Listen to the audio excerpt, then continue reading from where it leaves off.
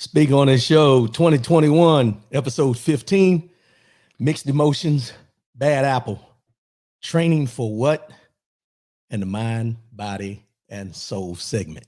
Y'all ready? It's Saturday morning, baby. Let's go.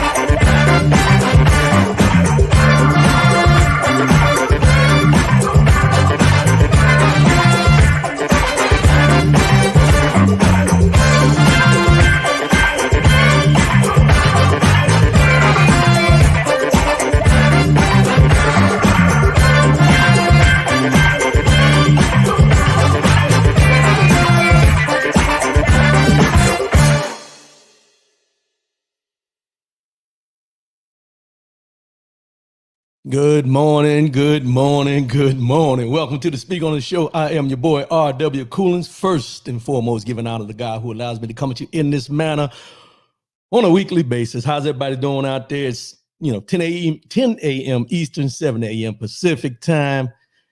Clock on the wall says it's about that time. Y'all, it's that time Saturday morning.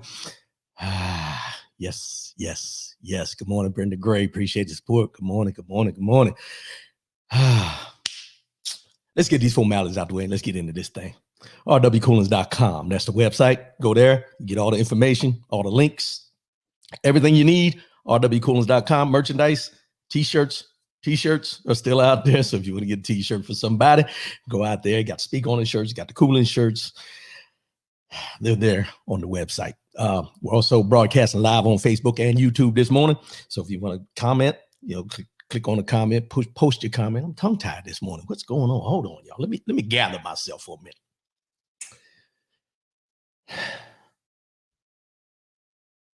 All right, I'm back. I don't know what's going on. I'm tongue-tied this morning. For some reason, not sure why, for some reason, a little tongue-tied. Maurice Wigfall, good morning, brother. Good morning, my brother. Appreciate the support. Sister April Whedon, good morning. Appreciate the support. Where was I at? YouTube, Facebook, broadcasting live right now. Also, you can download the audio after the show on Spreaker.com as well as Apple iTunes. So go there, download the show, share the show, put it out there for other people to see, do what we do. Good morning, Brian Hoodie. Good morning. If we can get it together. I'm trying. I don't know what it is. I don't know why. I'm trying to. It's just one of them mornings, y'all. I woke up on this side of the living. I'm glad to be alive this morning. I'm in a good mood. I just can't. I'm tongue-tied for some reason. I don't know what's going on. Good morning, Lady Michelle. Good morning. Y'all pray for me. Pray for me. I don't know what's going on. 844-904-2665. That's 844-904-2665. I think I know what it is, y'all. I want to count down to the double nickel and I still ain't worth a dime. However, I don't know why, but it's just today. It's something, I don't know. We're going to get through this show though. I guarantee you that. And I got a mind, body, and soul for you today. Be prepared. Got a mind, body, and soul for you today, but we're going to get into that. Now I seen on the news, something that came up, it comes up all the time, about DC becoming a state. DC statehood. They have taxation without representation. It's been going on for years. They're trying to make DC a state. It passed through the House the other day, and they don't think it's going to go through the Senate because, the Republicans are going to push back on it. And one of the people came out and honestly said, the reason they don't want to make DC a state is not because all the amendments, constitutions, any of that kind of stuff. It's the simple fact that they're saying that if they make DC a state, that they will never have control of the Senate or the House again because of the representation that DC will get as far as congressmen, senators, things like that. So It's out there in the open. It has nothing to do with the fact of them having to rewrite anything. It has to do with the fact of the fear. Let's go here with the fear of what will happen if they make DC a state because of the amount of people that are there and what they'll get in return as far as in the Senate and the Congress. Aunt Teresa, good morning. Good morning. Appreciate the support. Love you. Appreciate the support. Big T, Big Tone. Appreciate the support. Appreciate the support. Appreciate y'all tuning in this morning. So I printed some of this stuff out about DC, but we're not going to get into that. But I will tell you this. Now, this is something a little bright this morning. What's going on here? Let me see something. Turn that down a little bit. Am I too bright for y'all? I don't know what's going on. DC has more than 700,000 people within the Washington, D.C. area. They have more people than Vermont and Wyoming. And it's on par with Alaska for how many people are in the D.C. area that are residents. 700,000 people who have no representation. And it all comes down to the fact that the Republicans are saying that they don't want it to happen because they will lose control. However, that's another reason why they're not pushing for Puerto Rico as well. See, there's always undertones to this stuff. You just got to pay attention and read and really understand where they're going. Fear democratic representation. Tommy Doris, appreciate the support and appreciate the information. That's exactly what it is. Democratic representation. And a lot of people won't understand it, but if you go back and read, it's all about having control of one of the parties, having more control than the others and be able to pass the things that the other party doesn't agree with. That's what it comes down to. That's what it's all about. Has nothing to do. And here's the thing. If you look at the population in Washington, D.C., minority population, African Americans outnumber everybody else. So that's the fear of the representation if they were able to become a state. It's cut and dry. That's just where we're at. That's where we're at. And most of them are not afraid to let you know that. That tells you where we're at this time. But let's get on into this. Mixed emotions. Now let's start here. Let me start with two definitions and then we'll get into this. Justice, the quality of being just, impartial, and fair. The quality of being just, impartial, and fair. Accountability, the quality or state of being accountable. The quality or state of being accountable. Also under accountability, it says an obligation or willingness to accept responsibility or to account for one's actions. Accountability. Justice or accountability. I bring that up because we've all seen it. We've all heard about it. If you didn't watch it, you heard about it. Derek Chauvin was found guilty for killing George Floyd on all three charges. Now, the jury found him guilty on all three charges: second-degree unintentional murder, third-degree murder, and second-degree manslaughter. He could face up to 40 years in prison for second-degree murder, up to 25 years for third-degree murder, and up to 10 years for second-degree manslaughter. Now, the reason I call this mixed emotions for me is no matter what sentence this person gets, because they're saying now that the judge may only give him, I guess, Minnesota sentencing guidelines recommend about 12 and a half years in prison for each murder charge and about 4 years for the manslaughter charge. Irrelevant to what he gets charged with, not irrelevant to how much time he gets. There's some muddy water out there. And one thing that we know to be true is George Floyd's not coming back. George Floyd's family will not be able to embrace him anymore. But I have the mixed emotions because of the things that transpired leading up to the reading and the final verdict. Morning, DK, appreciate you, bro.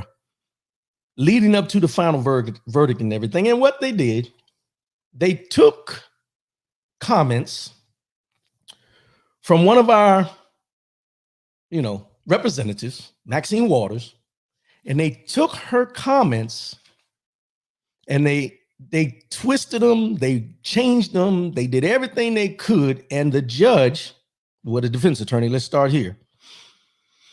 because Maxine Waters said, I hope we get a verdict that it says guilty, guilty, guilty.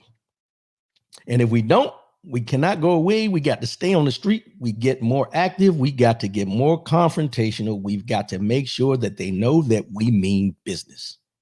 And because of those comments there, they have taken her comments and put them to the point of asking the defense attorneys, asking for a mistrial after the closing arguments on Monday. And they're saying that Mrs. Waters' comments could have swayed the jury's opinions on the case. You know, the judge as well, he dismissed the motion, but admonished Representative Waters for her comments. And this is what he said. He said, I'll give you that Congressman Waters may have given you something on appeal. Watch that now. I give you the fact that Congresswoman Waters may have given you something on appeal that may result in this whole trial being overturned.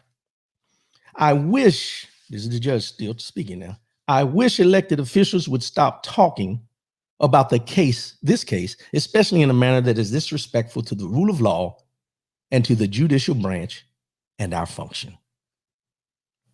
I think if they want to give their opinions, they should do so in a respectful and in a manner that is consistent with their oath to the Constitution, to respect the co-equal branch of government. Their failure to do so, I think, is abhorrent. Oh, excuse me. And despite that concession, the judge said,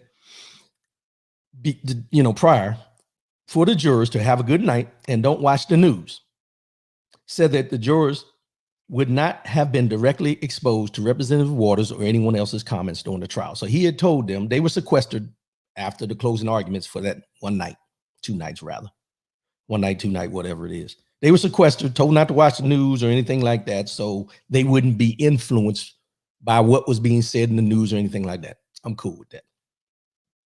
But I got mixed emotions about this because if you see the writing on the wall, and I know this happens in a lot of cases, don't get me wrong, it happens in a lot of cases where they ask for mistrial, they look at anything they can throw in there to say that the person is not getting his just due or the justice is not being served, or anything they can get to try to throw it out. That's what defense attorneys are supposed to do.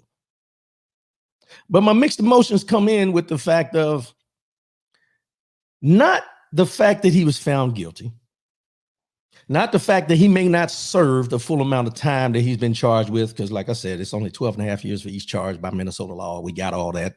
Cool. But my emotions come in because I guess the celebration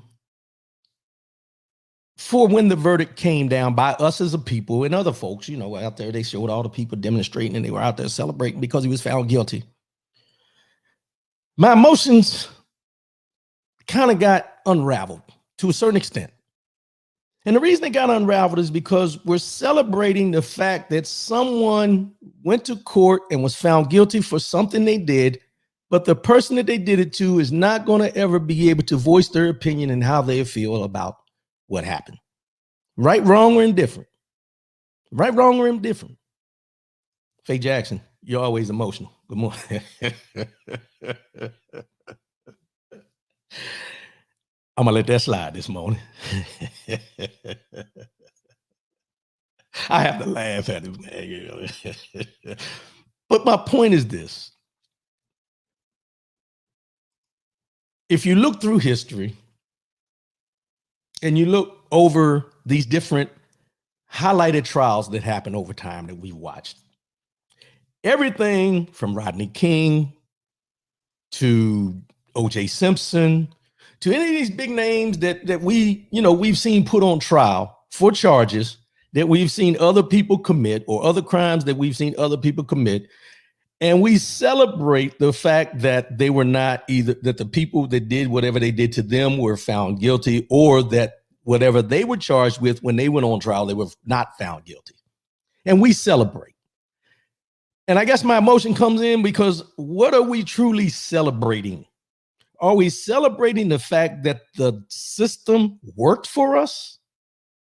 Or are we celebrating that it seems like we got a victory right now at this case for this 1 out of however many. Because there's a lot of people going in and out of that courtroom on a daily basis that we may know, that we may not know, that look like us, that have been caught up in some things here and there, or whatever. And what kind of celebration are we always celebrating? And I'm going to say that again. Are we celebrating the fact that we got a victory because we've seen so many losses? Or are we celebrating the fact that justice was served?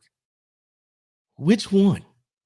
And that's why I say my emotions are mixed, even though somebody had nerve to say, I'm always emotional, but that's not the point. Good morning, Gary Burns. Appreciate your support. But I guess it, and that's why I brought up the justice or accountability. Because is he being held accountable, or will we serve justice? Or was, George Floyd's family serve justice? We always talk about the weight of the scales of justice. Which way do they go? Because they're supposed to be here. I know my hands look uneven. They're supposed to be here. But most of the time they lean this way. It's not too often that the scales lean this way. So when the celebrations come in and we cheer and we're happy and we say, was justice truly served? Because if justice was truly served, you have to backtrack to understand that when George Floyd was allegedly passing a $20 bill, and he was going to be arrested for whatever they were arresting him for at the time, which we still don't know why they were arresting him. Let's just be real. But if you go all the way back to that, if justice was truly served, George Floyd would be here to speak on what happened. All the people in that line that we've lost at the hands of police officers, they would be here to tell their story if justice had been truly served. Protect and to serve. Protect and to serve. That's what it says on the police cars. That's what they swear to uphold and defend. But we celebrate a guilty conviction of a police officer. But if the scales of justice were even, we would not celebrate the conviction of a police officer. We would feel a different way that someone is going to jail for a certain amount of time for a crime they've committed or a mistake that was made, because the scales have always been evenly tilted. No tilt whatsoever per se. That's where my emotions come in. That's why it's mixed. Because sometimes we look at it and us as, now I'll just be honest, us as Black folks, we look for the small victories in things. We look for small victories in our lives. We look for small victories every day in things that we do. That's how we keep our so-called sanity and able to function in this world. In most cases, especially when we see injustices being done within what they call the justice system. And then my emotions became even more mixed. Ma'Khia Bryant. Fake Jackson. The scale of justice has never been fair. We are hoping this is a start toward justice. Some of us not jumping for joy. We always say this. Let's just be real, Fake. We always say that this is a start. But doesn't it seem as though we're starting over every time something like this happens? How many times do we have to start over and feel like this is the one? This is where it starts. This is where it starts. It's like that old lawnmower you got out back. When you pull that ripcord in there,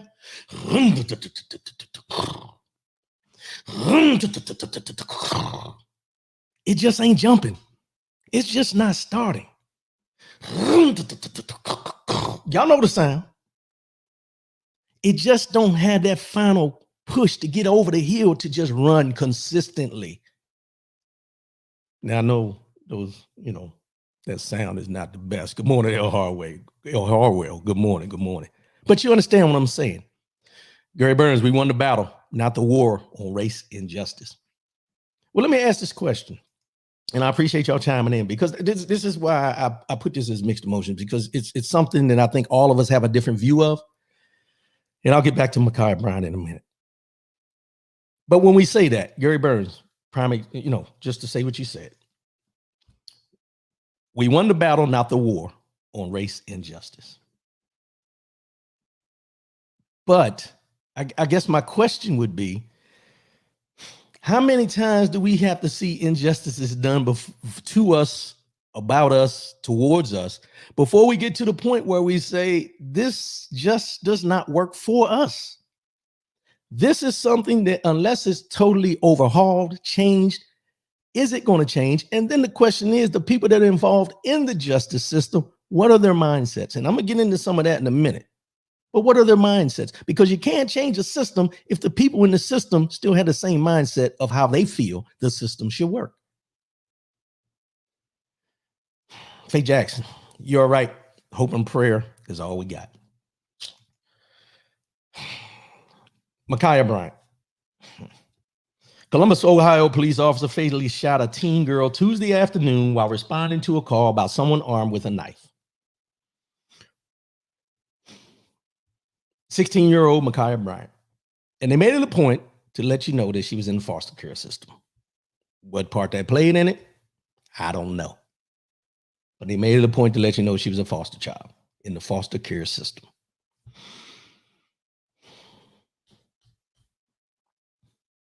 Shot 4 times.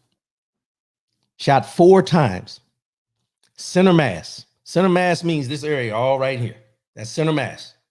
4 times by a police officer who showed up on the scene where there were already police officers there, but within 22 seconds after he got out of the car, when he showed up, 4 shots were fired, center mass, and killed her on the spot because she had a knife. Now let's be clear here. She did have a knife. She was the one allegedly who called 911. But I go back to the argument we've had, well, not the argument, the discussion we've had numerous times about when these things happen. Why do they have the tasers? Because we talk about, if everybody remembers back when they started using the tasers, there was a big thing about the tasers and, what it could do to you and all this kind of stuff. But most of the time, and there have been some deaths from tasers, but tasers were to be an alternative to a gunshot. But we see instance after instance after instance where the taser was either they said they thought they had the taser rather than the gun, or they just chose not to use the taser. So now we have a 16-year-old girl who, in the story that has been told, was out there, defending herself. She had the knife, which is, I don't agree with for her having the knife or whatever, but the cop said at the time when he shot her, she looked like she was going to stab the other girl. Okay. But where was the taser? We can all question these things. We've seen the videos. Not saying that she did everything that she was supposed to do right. None of these people that we talk about, we can say that they did everything 100% right. I'm cool with that. But when are we going to get to the point where we look at the police officers and say, what did they do wrong? Or what should they be doing right? Big Tone. Some folk got soft hands and don't know nothing about cutting grass or that kind of work. You took me back, but okay. I appreciate that, bro. This is my lawnmower analogy. Deborah Harris. The officer had the mindset to kill.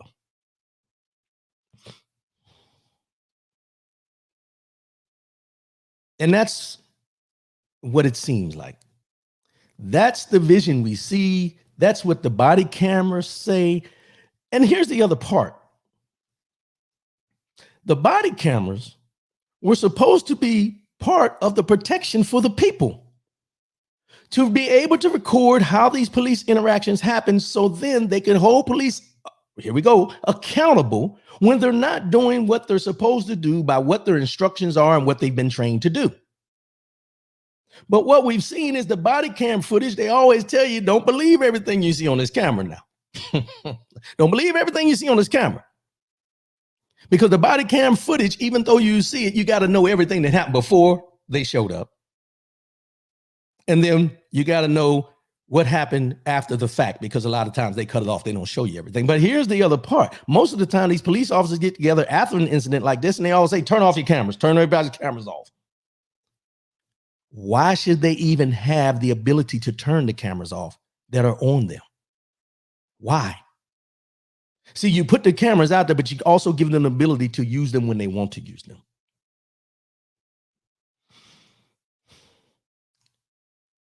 El Harwell, my issue is, why does every incident have to be a kill shot instead of a disabler? Deborah Harris, right, El? That's where I'm at. And that was my next point. Thank you for the transition, ladies. I'm sorry. When did police training, and maybe I'm missing something, but when did police training become, when you shoot to kill, you don't shoot to stop, you don't shoot to maim, you don't shoot just to stop or pause the person that's committing a crime or that's endangering others or anything like that. You're not shooting to stop them, anything like that. You're shooting to kill, because center mass, you shooting to kill. You haven't seen anything recently. I'm gonna go back 20 years, at least, if not longer, where you've seen someone that either had a gun, had a knife, or a threat to somebody. When's the last time you heard about they took the suspect into custody and they shot him in the leg? Oh, well, let me back up, because they just had one with who was the guy, one of the mass shooters, and they ended up shooting him in the leg. But he wasn't black. Oh, did I say that out loud? But he wasn't black. Oh, yep. Come on now. That's my alter ego talking right there, y'all. But he wasn't black. They shot him in the leg after he killed at least 6-7 people. Shot him in the leg when they apprehended him. They had to limp him into an ambulance to take him in to get his bandaged up and everything. And then they took him to jail to go to be sentenced or whatever is going to happen to him. But he was not killed. But in these instances, when you have people of color, it's always a kill shot. Why?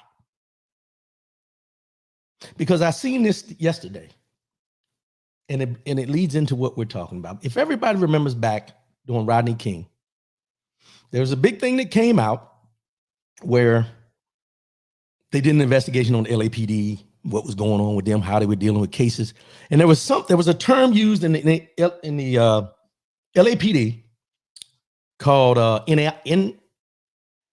NHI. These were the initials that the dispatchers and the police officers used, called NHI. NHI stood for no humans involved. This was part of the report that came out when they investigated the LAPD and everything they were doing with the corruption and everything like that. It was called NHI, no humans involved. This NHI was used anytime they had interaction or when someone called in to 911 and it had to do with people of color. NHI, no humans involved, which gave them license when they showed up on the scene to do whatever they had to do to take over the scene and do whatever they needed to do, because they were considered no humans involved, because they were people of color. So the question comes into play, is that still happening today when they show up on the scene? Good morning, TC. Appreciate your support, bro. Maurice Wigfall, Colorado grocery store. That's it. The Colorado grocery store. That's where it was at. They took him out, shot him in the leg, and he lives to see another day. El Harwell, 5 officers, and she had her back to them. Why couldn't they run up on her and tackle her? There it is. And here's and everyone who here knows I don't like to do comparisons. But I don't think it's a comparison, it's an observation. We've all seen the videos where police officers approach a white man, white woman, and they're talking smack. They're calling them all kinds of outside their names and everything like that. And then they start fighting with the police officers. And not one time is a taser pulled, is a gun pulled. They pull out the nightstick, maybe hit them once or twice. I seen one the other day where 2 officers pulled over a guy. He beat them up, jumped in their squad car and pulled off, left them standing on the side of the road by his car, and he had the keys with him. But no shots were fired. None. Fake Jackson.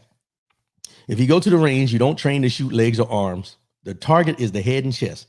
Cops as well as soldiers are trained to eliminate the target. Yes, it's their mindset.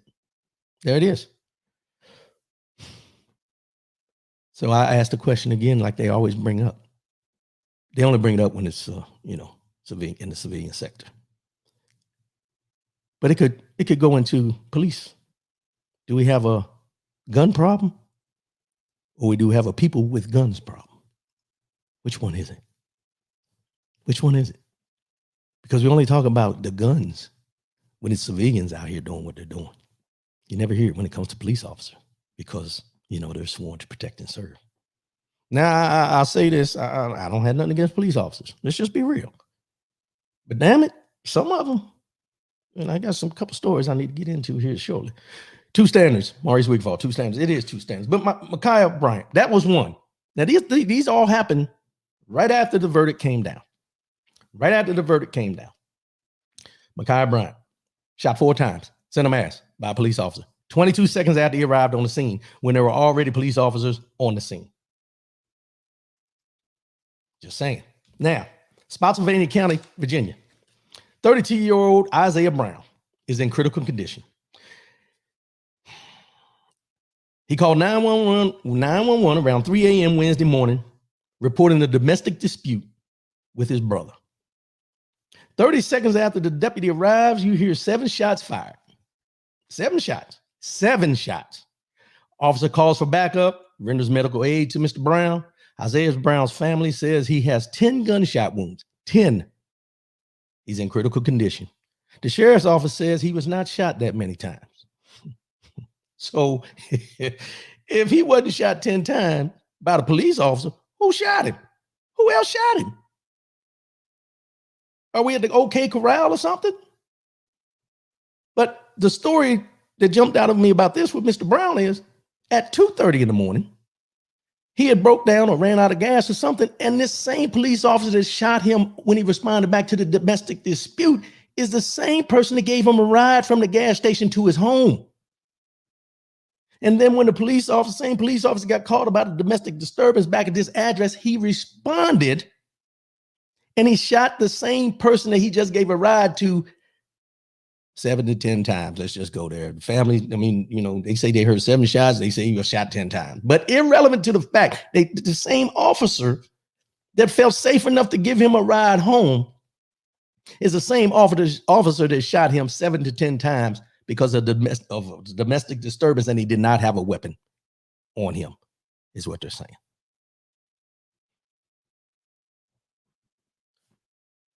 So the fear factor that they talk about could not be there because you felt safe enough to drive him home, but you didn't feel safe enough when you responded back again. Faye Jackson, I think it's a mindset. 2 standards depending on your color. My son is a cop. We have this conversation all the time. Well, maybe we need more African-American police officers out there. But do they start blending in with the status quo because of the peer pressure and things that happen? Because that blue code, that code blue or whatever they call it, that unspoken code that they carry around and that they use and, that we never know anything about. Now, let me get into another one. Elizabeth City, North Carolina. 42-year-old Andrew Brown Jr., dead. 8:30 a.m. Wednesday, he was shot while being served a search warrant. He was driving away. While they were trying to serve him a search warrant, he got in his car, drove away. There's no details on how many times he was shot. However, a bystander said they counted 14 shell casings in the area when he got shot. They shot through the back window and everything. They ended up killing him. He ran into a tree. That's where the car stopped. All over a search warrant. Now, they said he got in his car and drove away. Did he run or was he fleeing? What was he doing that they felt that they needed to shoot him? There's 14 shell casings in the area. Now, these are three incidents of officer-involved shootings around the same time as the guilty verdict came down.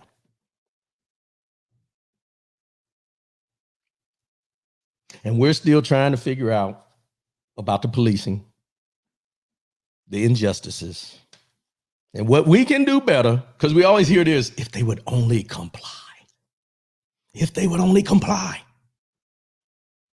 And then when we see these people of non-color out here chasing cops around cop cars and one, they beating them up and taking their cars and things like that. And then we hear if they would only comply, but they don't get shot. I guess the radios weren't working. I guess not. I don't know. He was not a threat. No, he was not. He was not a threat. If you were serving a search warrant, you came prepared to serve a search warrant, not to kill somebody. There's nothing more than modern day KKK.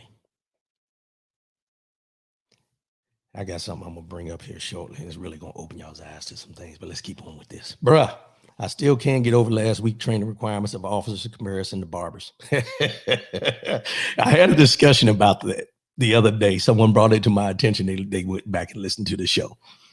And they said the same thing you said. If somebody didn't hear the show last week, I broke down the training that you have to be a police officer. And in the state of Georgia, you have to have, which Georgia has one of the lowest, amount of hours you have to serve. I mean, you have to train to be a police officer, but it was like 400 some hours. But to be a barber, you have to have 1,500 hours. There's an 1,100 hour disparity in that number and in that range. And then when you hear cases like this, like these 3 cases we just talked about, what comes to mind?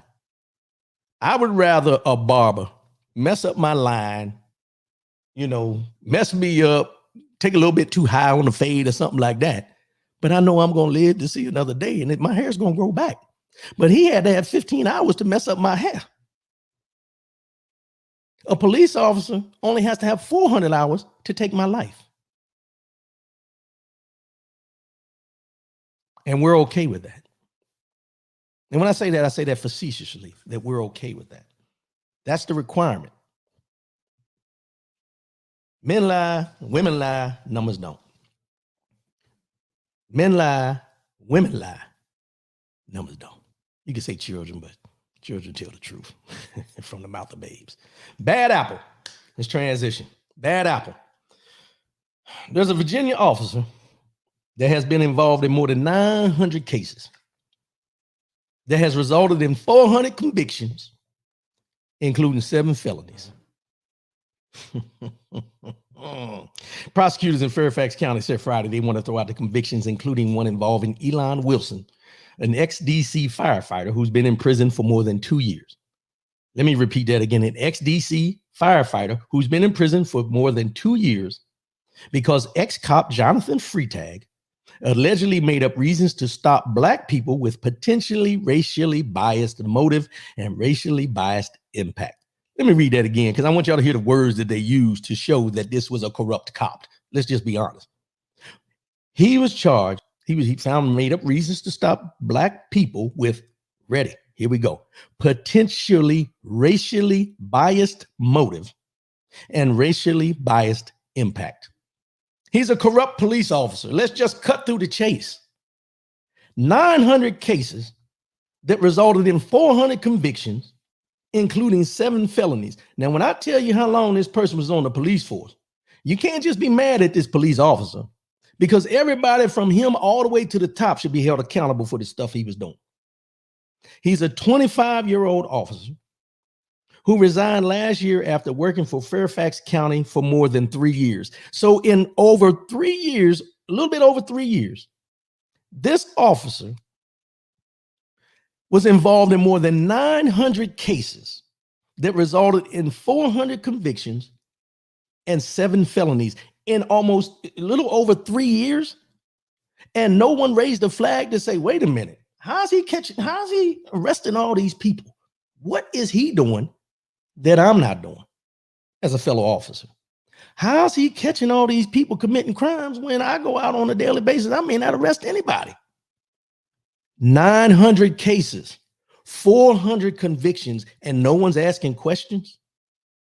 If you talk to some police officers, some people don't get that in a career. You know why? Because they show up on a case, they show up on a scene, and they de-escalate the situation where they don't have to go through that full process. They deal with the people as human beings. This person, 25-year-old, whatever his name again, Freitag, Jonathan Freitag, knew what he was doing. His leadership knew what they were doing. And this is one of the people that they always talk about. We got a few bad apples. The whole department that he was a part of is rotten to the core. They're rotten to the core if they allowed this to happen in the 3+ years that he was there. Rotten to the core.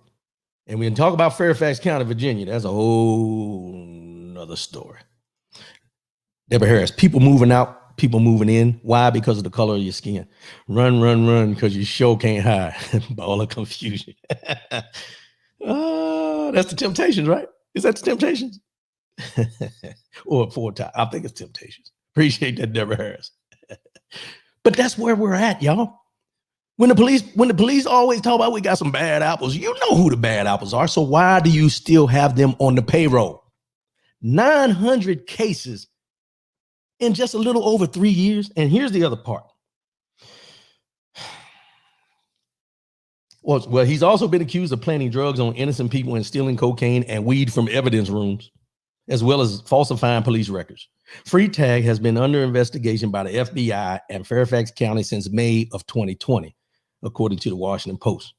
So far, however, he hasn't been charged. Multiple people accused the officer of planting drugs. In several cases handled by the officer, narcotics went missing from the property room, including cocaine and marijuana. The officer reportedly edited police reports in cases where the narcotics went missing, sometimes over 100 times in a single case. Now, here's the part. Where'd it go at? After the allegations and an investigation about him came to light last year, Freitag, now this is the officer, Jonathan Freitag, got a job with a Brevard County Sheriff's Office in Florida in August of 2020. He was reportedly fired on April 1st after the Washington Post asked the sheriff's office about Freitag's new job in Florida. The Fairfax County Sheriff's Office apparently never told Brevard about the investigation into Jonathan Freitag's background,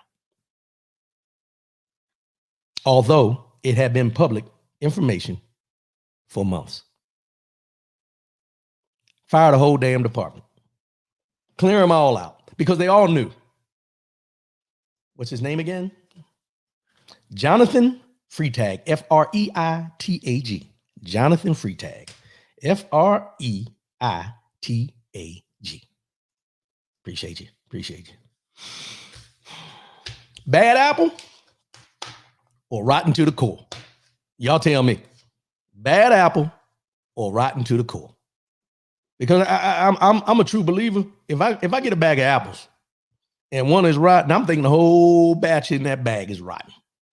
It's just the way my mentality works. I don't know about yours and that's just like, I think this way. If I find an apple with a worm in it, I'm thinking every apple got a worm in it and I'm going to stop eating apples. That's just the R.W. Cooler's opinion. Brevard County, the whole department is corrupt. Well, it was Brevard County, but it's Fairfax County where he started. So both agencies need to be thoroughly investigated because if they hired him in Brevard County without knowing his background, which they should be doing, they're guilty. If Fairfax County didn't let Brevard County know about what he was under investigation for in Fairfax County, then they should be held accountable as well. It's that crazy. But they can go from district, state to state, get a new police job, and nobody questions it. Nobody asks any questions. None. Now let's transition to something that this is going to open your eyes to. Training for what? Training for what? And I say this because what are they training for? What are they training for? Now, anybody that knows me, every Sunday night, 7 o'clock, I watch 60 Minutes. Mandatory watching. I watch 60 Minutes every Sunday night because I like the stories that they produce. I like the stories that they tell. So this Sunday, the justice system, the unjustice or the injustice system. But this week, 60 Minutes pulled back, as they say, they pulled some things back that deals with the police department as well as this group called the Oath Keepers. Everybody's heard about this group called the Oath Keepers. They're a militia, but this is what the leader, Jim Arroyo, had to say about the Oath Keepers. It says, Oath Keepers leader Jim Arroyo says that the militia is being trained. Let me give you a drum roll. They're being trained by police officers. Say it ain't so. You got to be kidding me. The Oath Keepers being trained by police officers? Hell, the police officers ain't being trained. But they're training a militia group called the Oath Keepers. And he said this without hesitation on 60 Minutes, CBS, for all to see, with not a care in the world. You know why?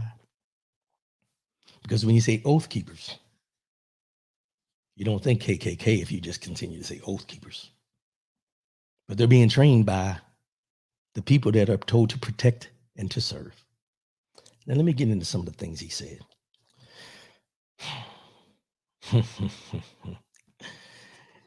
Our guys are very experienced. We have active duty law enforcement in our organization that are helping to train us.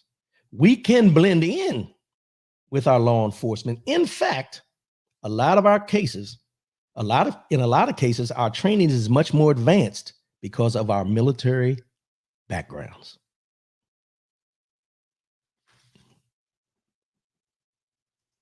I'm gonna be quiet for a minute. Good morning, Miss Akins. Good morning. I'm gonna read it one more time, and I want that to marinate. I want you to let that marinate for a minute. Our guys are very experienced. We have active duty law enforcement in our organization that are helping to train us. We can blend in with our law enforcement. In fact, in a lot of cases, our training is much more advanced because of our military backgrounds.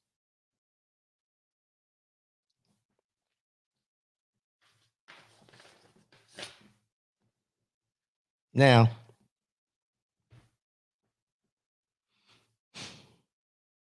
many of you heard me say this many times, but I've never claimed to be the brightest light bulb in a socket. However, I do flicker, like that fluorescent light come up every once in a while. And when I seen this, I was not shocked, but it just made me truly understand what's going on, what happened at the Capitol. Let me say it again. What happened at the Capitol? What happened in Michigan at the Capitol? What happened at all these government entities that they felt that they wanted to go and, impose their will? The Oath Keepers mission, I think I have that in here somewhere. I'm sorry. Yeah. Let me find it.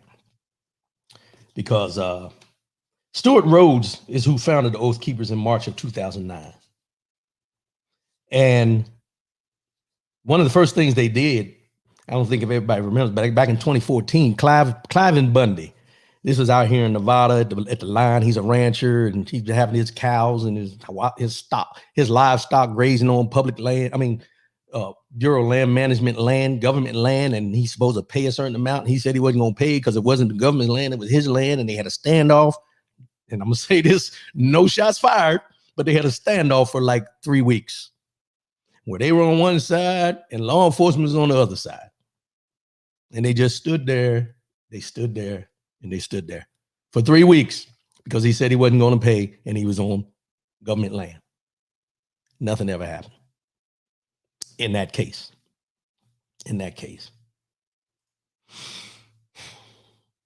Now, I'm trying to find this, L, and I'm sorry that I didn't write it down, but I think we've all heard about the Oath Keepers. Oh, here's something that breaks into it. He said, I think what makes the Oath Keepers unique and challenging beyond that they are a formal group with chapters all over the country is that a large percentage have tactical training and operational experience in either military or law enforcement. The Anti-Defamation League describes the Oath Keepers as a large but loosely organized collection of anti-government extremists. So they're extremists, number one, anti-government. In a profile of the group, the Anti-Defamation League said this: the ideology of the Oath Keepers most closely resembles that of the militia movement, whose adherents believe that the United States is collaborating with a one-world tyrannical conspiracy called the New World Order to strip Americans of their rights, starting with their right to keep and bear arms. Once Americans are rendered defenseless, they will be enslaved by the New World Order. This is their mindset. They're talking about there's a new world order out here. They're going to strip us from all our rights, and everything's going to fall under one big government, that type thing. So they call them Oath Keepers, and what their mentality is that they're going to hold the government accountable to do what the Constitution says and things like that. That's the basics of it. I hope that explained Miss L. Harwell of exactly what they are. And it's estimated that there are between 1,000 and 3,000 members, but stress that the group's influence extends beyond that number. And all you have to do is remember what I said when I said that they're being trained by the police, and that the person that's in charge actually said that they have more extensive training than the police officers because most of them were in the military. Now, y'all have all heard, if you've listened, and I'm sure most of you did, back when I did the thing about the Black History Month, about the Black Panther movement, Black Panther Party, and how they made the Black Panther Party to be this radical, against the government, anything you can think of, because it was a Black organization that was negative. That's what they tried to put on them. And then they did the COINTELPRO with Lyndon B. Johnson and I think it was Johnson that went in, infiltrated, and basically made the Black Panthers disband. But what you see here with these Oath Keepers is that they're being influenced, motivated, integrated, as well as supported by your local police officers, by your former, and, by veterans. Military veterans are in this militia member group. And you haven't heard anything from the government, the FBI, CIA, or anything like that saying that they're doing anything to disband. Why? Because I'm going to go out on a limb here. And most time when I go on a limb, I make sure it's a sturdy limb. Let's just be real. But on this limb I'm going out on, I'm going to say the reason the FBI, CIA is not involved in trying to disband this or get involved is the same reason they never did anything with the KKK. And that reason is because you have some of those people that are in those positions at the FBI and the CIA that are Oath Keepers themselves. So how can you stop something when you're a part of something if you believe in something? It does not happen. So everything I've gone through with these topics today deal around police corruption, police with tricky trigger fingers, all the things you can think of. And these are the people that we're told are to protect and serve not only a certain population, but the full population that they're over. And what we find out each time we get these reports, each time we sit back and listen, each time we choose to watch these programs, is that these militias per se that they're building up that say they're going against the government because they don't want this new world order and it's a tyrannical government. And that's how they get around the Second Amendment thing, is they say that they can bear arms against a tyrannical government. But I digress. Let me go back. So the thing about that is this: when you see these things happening right in front of our eyes, and then we wonder why these police officers shoot to kill rather than shoot to maim, or they take it upon themselves to be the judge and the jury in the streets and everything. My opinion, and you can hold me to this if you want, I don't care. They're practicing. They're practicing for the true action. This is an exercise. This is anybody that's ever been in any type of first responders, military. This is an exercise. This is an exercise to show them so they see what is going to happen when they choose to do what they want to do when they want to do it. This is an exercise. They're going through the processes of what they're going to do and when they're going to do and see who's going to respond and what they're going to do with this and whether the justice system is going to do what they're supposed to do to people that are doing it at this time, because it's an exercise in preparation for what they're truly going to do when the time is right for them to do it. Now, you can take it for what it's worth, but I'm just telling you what I see from my eyes being a veteran. You don't go through these things just because you want to go through these things. You go through these things because you're practicing for the actual event. Which is why, when you talk about the insurrection of the Capitol, have you noticed that there's been this outpouring of support for people that were actually veterans and people who were active duty to be stripped of any benefits that they may have had as being from serving in the military, but you hear it and then it goes away. Why?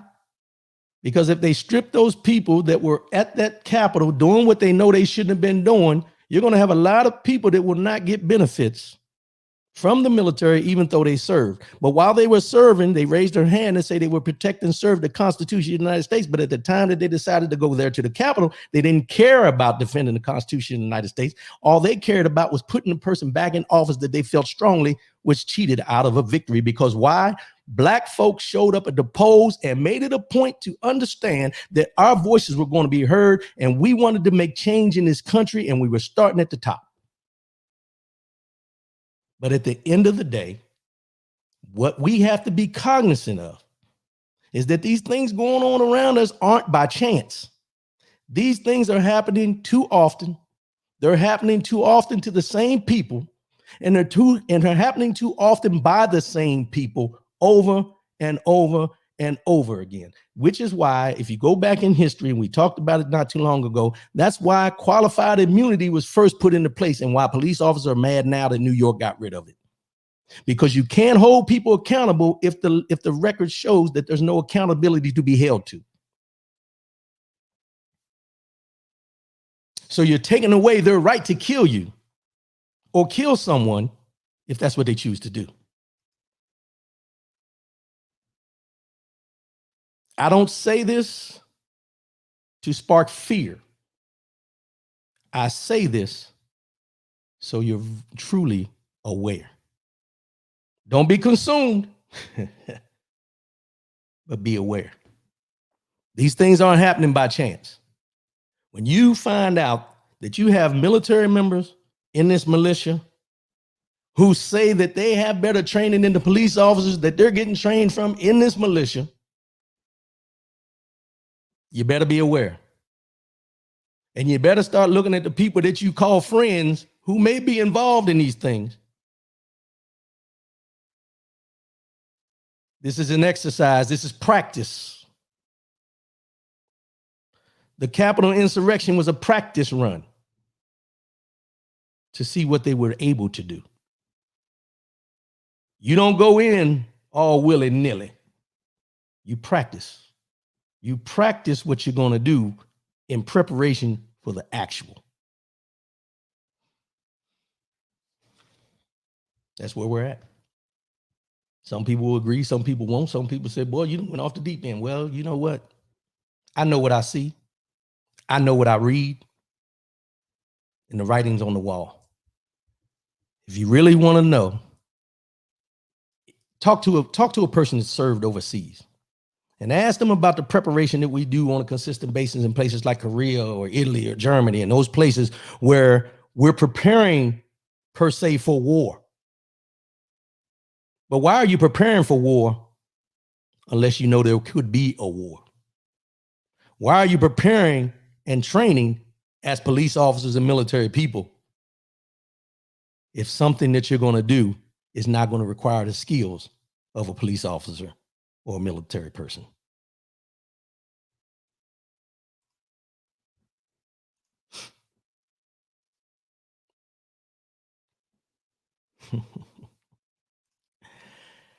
Life comes at you fast, y'all.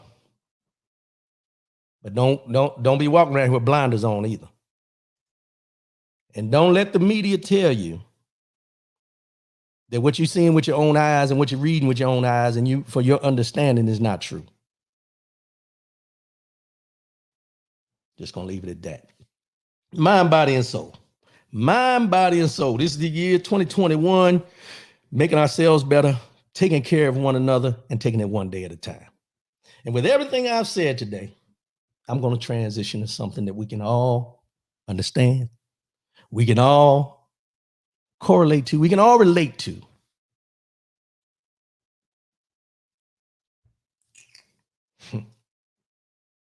Mind, body, and soul. Here we go. It's time to get refocused. It's time to get refocused. And that is a quote from God. It's time to get refocused. One of the biggest problems we have in this world today, in our communities, in our everyday being, we don't trust in God anymore. I'm going to be transparent right now. Let's just go here.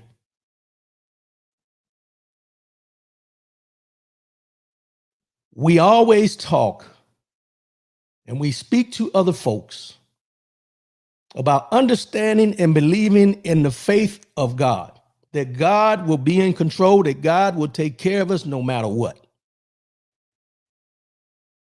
But if you sit back and evaluate where you're at in your life and what's going on in your life and the things that are going around you, can you truly say that you trust that God is in control and that he's going to do everything that he said he's going to do?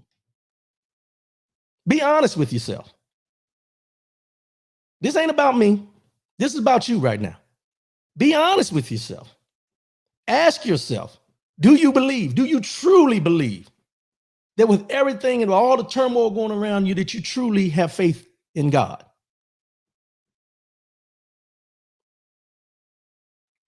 This is where the water gets muddy for a lot of us. This is where the water gets real muddy. It gets murky. Because we always stand on the principles of what we know to believe that is true. But when life comes at us, as I mentioned, when life comes at us fast, all the speaking of God, all the belief in God, all the things that we say that we truly understand and read our Bible and go to church and participate in our faith and all the things you can think of that deal with our basis of faith. Do we stand on it? Do we believe it? And do we practice it?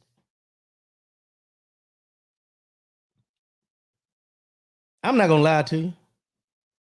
When I see all these things I talk about, and I talked about this while I had to shut down for a minute. When I see all these things going on, when I look around and I ask myself and I get caught up in everything that's going on and I see the injustice is being done and everything, and I say out of my mouth and I feel in my heart, God is in control. Stand fast. God is in control. But I'm only human. I'm only human. And I get to a point where I start questioning, where are you? We need you. Show up. People will say I'm wrong for that.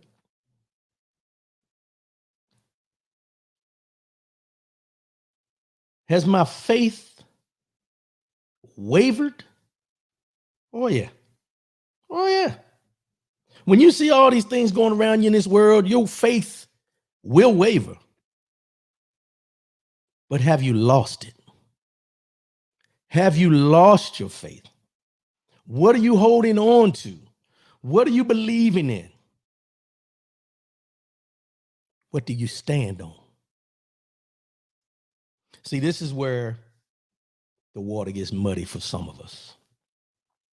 And it gets muddy because we'll talk the talk, but we don't walk the walk. We'll point to the sky, but our mind is pointing towards everything around us. We'll go down on our knees only in a time when we truly need something rather than going down on our knees just to say thank you. This is where we're at this point.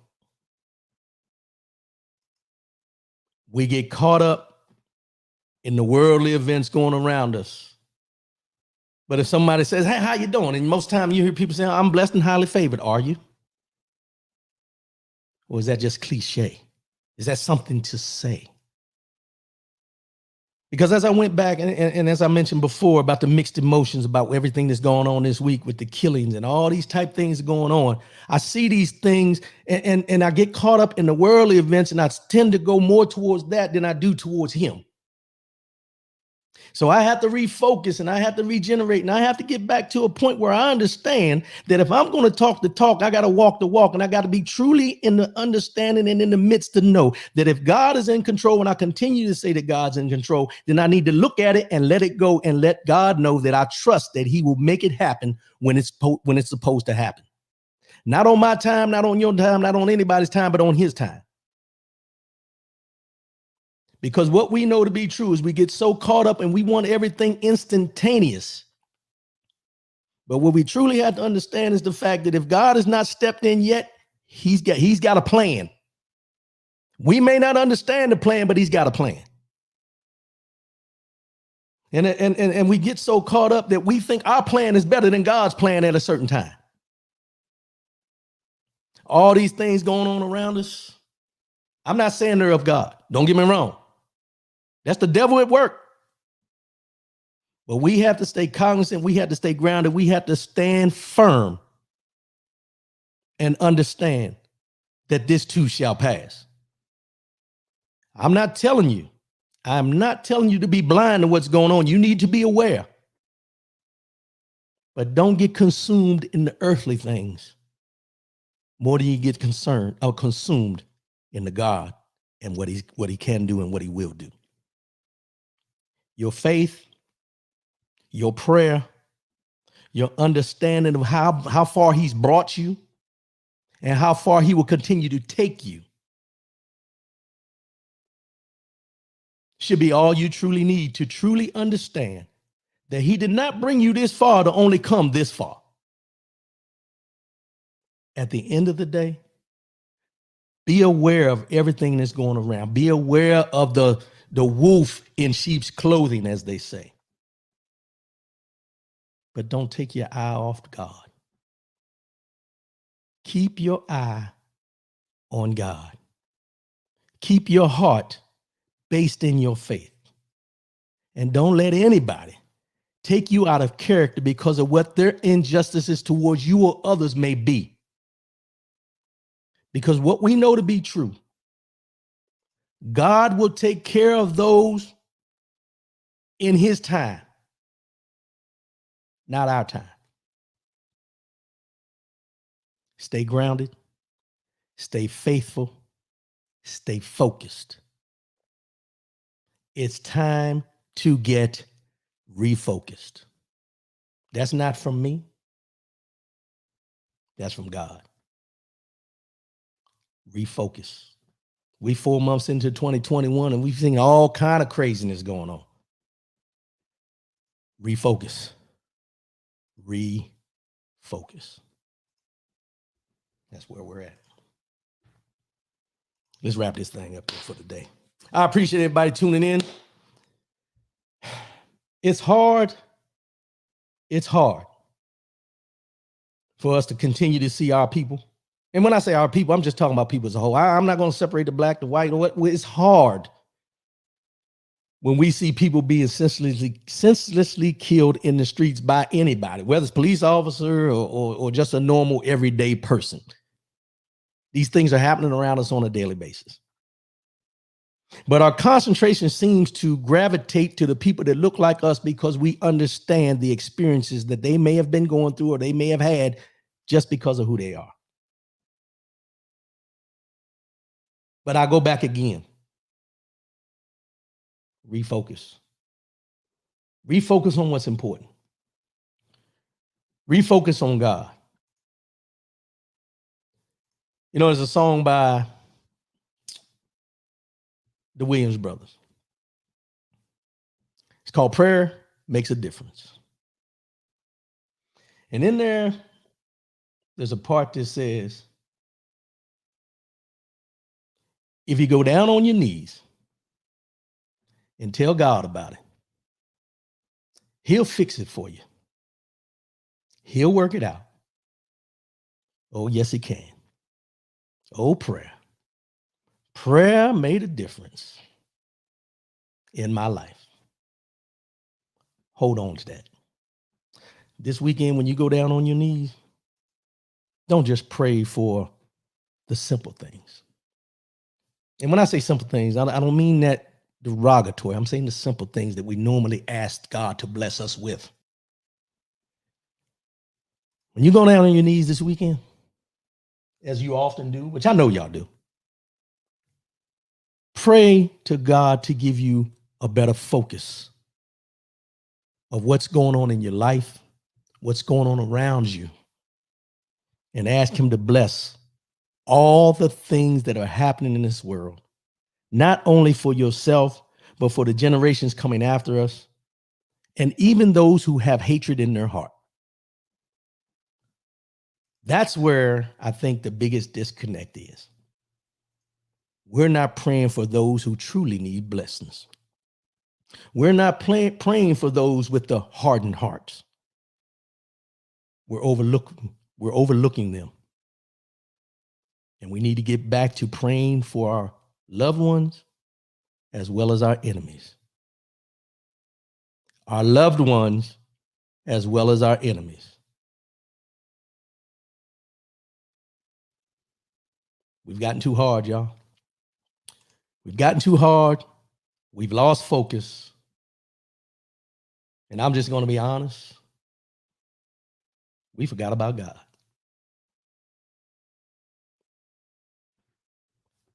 That's how I'm going to wrap it up today.